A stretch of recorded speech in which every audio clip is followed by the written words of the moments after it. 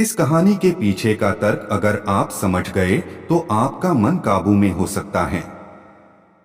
पहली बार जब मैंने इस कहानी को पढ़ा तो मुझे भी इसका तर्क समझ नहीं आया, लेकिन इस कहानी का भाव प्रेरणादायी है।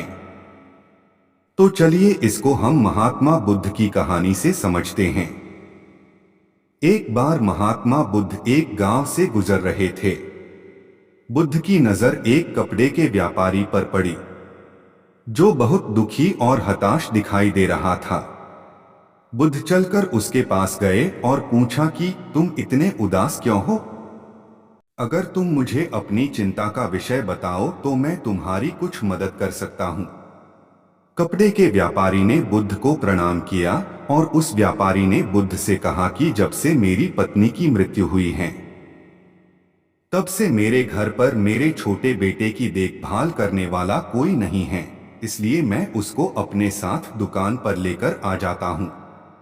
लेकिन यह मेरी दुकान पर आने वाले हर ग्राहक की पगड़ी को उछालकर फेंक देता है, कभी कभी उनका झोला उठाकर बाहर फेंक देता है। मैंने इसको बहुत समझाया डांटा, लेकिन यह नहीं समझता। इसकी हरकत की वजह से मेरे सारे ग्राहक खुद को अपमानित मानकर वापस चले जाते हैं। बुद्ध बोले, मैं तुम्हारी सहायता कर सकता हूँ, पर तुम मुझे वचन दो कि मैं जो भी करूँगा तुम उसमें दखलंदाजी नहीं करोगे, ना ही कोई प्रश्न करोगे। व्यापारी बुद्ध को वचन दे देता है। अगले दिन बुद्ध पगड़ी पहनकर आए और एक ग्राहक की भांति आकर बैठ गए। व्यापारी का बेटा आया और बुद्ध की पगड़ी को उछाल दिया।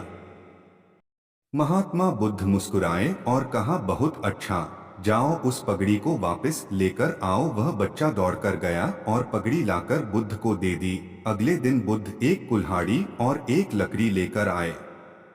उस लड़के ने फिर से उस पगड़ी को उछाल दी। बुद्ध ने उस लड़के को कुल्हाड़ी और लकड़ी दे दी और कहा, जाओ इस लकड़ी को काटो। व्यापारी को डर लग रहा था कि कहीं उसके लड़के को चोट नहीं आ जाए, लेकिन उसको अपना वचन याद था। 7 दिन तक महात्मा बुद्ध कोई न कोई नया काम लेकर आते और उस लड़के से करवाते। शीघ्र ही वह लड़का भूल गया कि उसको किसी की पगड़ी उछालनी है। व्यापारी बहुत खुश हुआ और बुद्ध को धन्यवाद दिया।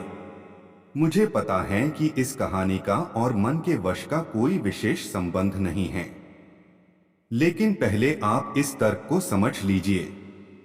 अगर हम अपने मन को अपने हिसाब से काम नहीं करवाएंगे तो वो मन अपने हिसाब से काम करेगा। लेकिन अगर हम अपने मन को अपने हिसाब से काम करवाएंगे तो मन वश में हो सकता है, यदि मन को हम अपने अनुसार चलाएं। बुद्ध से मिलने से पहले उस लड़के का मन और दिमाग अपने हिसाब से अनियंत्रित रूप से काम कर रहा था, लेकिन बुद्ध ने उस लड़के को अपने अनुसार काम करवाए, जिससे उसकी आदत ही बदल गई। मन 2 तरीकों से काम करता है। पहला, मन अपने हिसाब से काम कर सकता है। दूसरा, मन को हम अपने हिसाब से काम करवा सकते हैं। महात्मा बुद्ध की इस कहानी से हमें यह शिक्षा मिलती है कि अगर हमें अपने मन को अपने नियंत्रण में रखना है तो हमें कभी भी अपने मन को अपने ऊपर हावी न होने दें, बल्कि मन को अपने अनुसार काम कराएं। दोस्तों, इसी तरह के motivational and general knowledge videos के लिए सब्सक्राइब करें हमारे जीके आई ट्यूटर यूट्यूब चैनल को। तो मिलते हैं इसी तरह फिर अगले वीडियो में।